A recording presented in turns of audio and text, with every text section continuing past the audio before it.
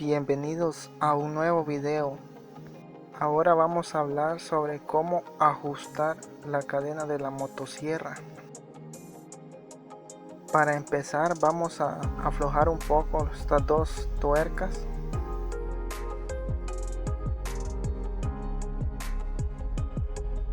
Con ese tornillo que les muestro que está ahí enfrente, vamos a poder ajustar nuestra cadena.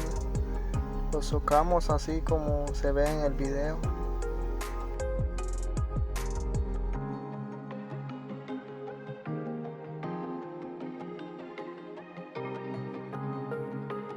Como pueden ver, la cadena está bastante floja, así que necesita aún más.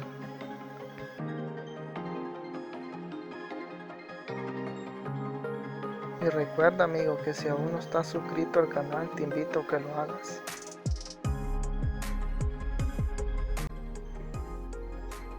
Ahí puedes ver que fácilmente da vuelta la cadena y está bien ajustada.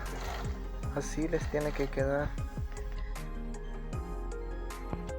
Ya ahora solo volvemos a socar las dos tuercas que aflojamos y esto sería todo.